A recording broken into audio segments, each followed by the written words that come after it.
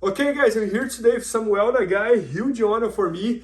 Guys, if you follow Jiu-Jitsu, he is the new guy in the feather division. He just got third place in the worlds this year, and he's climbing up. He probably he beat up the champion, the guy who used to be the world champion for Brazilian Jiu-Jitsu, and he's just like climbing up in his career and beating everybody. And Samuel has a very interesting story. He was born in Brazil, then he moved to Japan, and then he moved back to Brazil, and nowadays he's living in Texas. And he just shot an entire instruction of us all about guard passing. And if you see him fighting, he's one of the best guard passers for lightweights. So I think this is going to be a great instruction to you. But today he's going to show us here how he passed the De La Riva guard, which is one of the most complicated guards to pass. And I'm super excited to learn so well. Professor. It's a huge honor here to be with Professor Bernardo. I'm a little nervous guy, but I'm gonna try to give my best to show you. I appreciate it. Thank you. Let's do it. So we're gonna start here on the De La Riva, right?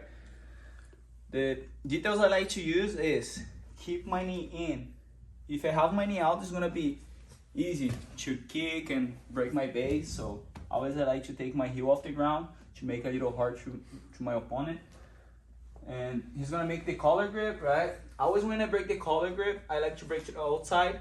I like to use my head and my hands on the same time. So I punch forward and I move my head backwards like this, okay? Now I'm gonna come over, cross arm, knuckles to pin his arm, okay?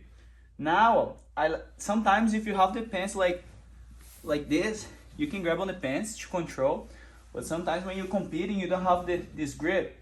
So I like to grab on the ankle like this, okay? Now, I'm gonna take my toes off the ground on this side. I like to take my toes off the ground just to have better mobility to do this movement. Okay, so 1, 2, I'm gonna use my knee and my hand on the same time just to push his leg. And the natural reaction is gonna push me back, right? I'm gonna use that. 1, 2, and now I'm gonna turn again. I'm gonna bring his knee behind my armpit. And now I'm gonna start to walk to the side. I put my weight on his leg. I use this knee to block his hip. And now I switch my grips. This sleeve grip, go to the collar. I connect to my knee. And now this free hand, I like to put on his shoulder, just to make his back flat on the ground. And now I start to slide.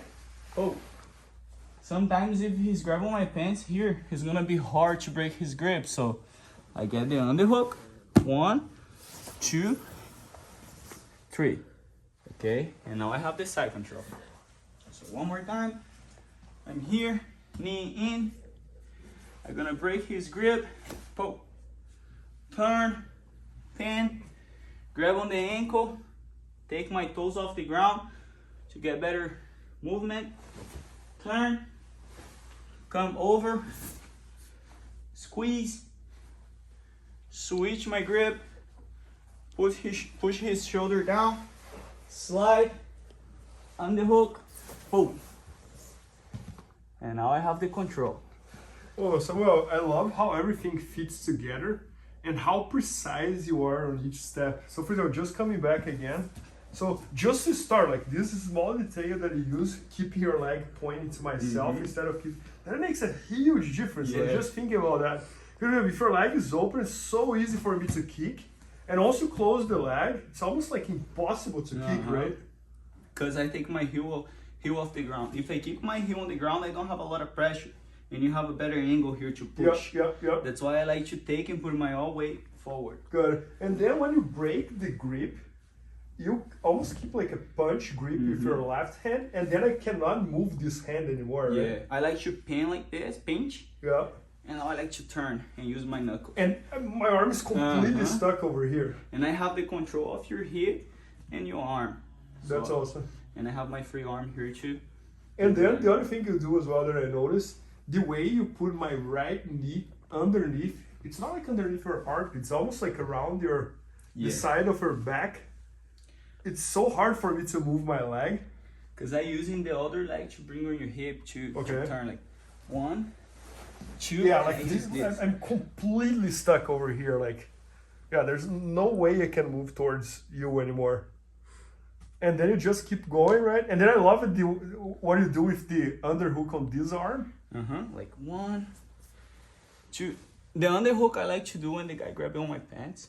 Yes. If I'm controlling your pants. Okay. Ooh. Put my weight on your shoulder. Slide.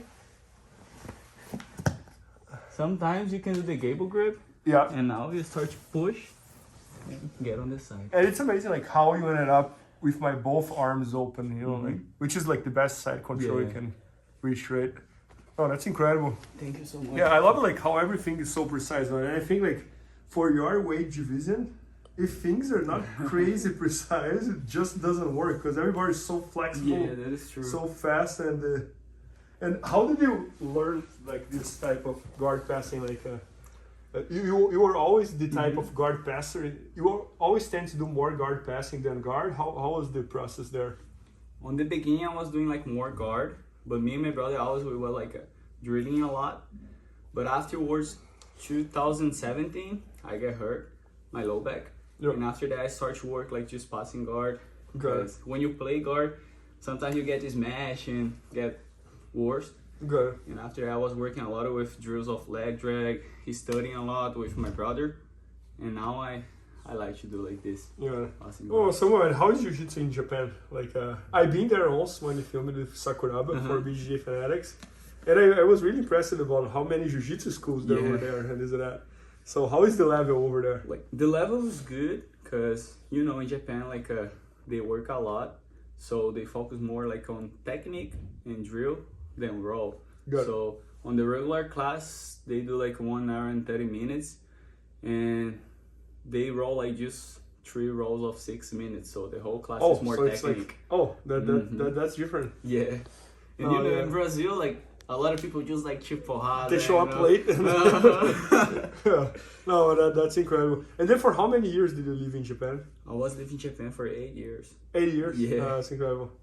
And then you moved back to Brazil, and then you went to Texas, right? Yes. No, the first time I went to Vegas. Okay. Yeah, with my brother. And after that we went to California. And 2020 I went to Texas. I got it. Yeah. No, I got it. Yeah. No, so guys, make sure to check Samuel out. He is one of the best like jiu-jitsu fighters nowadays for that weight division, the featherweight. And as you guys can see, he's also a great instructor. He has some awesome English, better than my English, by the way. And, so make sure to check his instruction at bjjfanatics.com. Maybe by the time you were watching, it's already there. And it's all about how to build your guard passing. So it's a really cool one. And thanks so much. So I appreciate it. Thank you. Please help me out to grow my YouTube channel. Just click subscribe.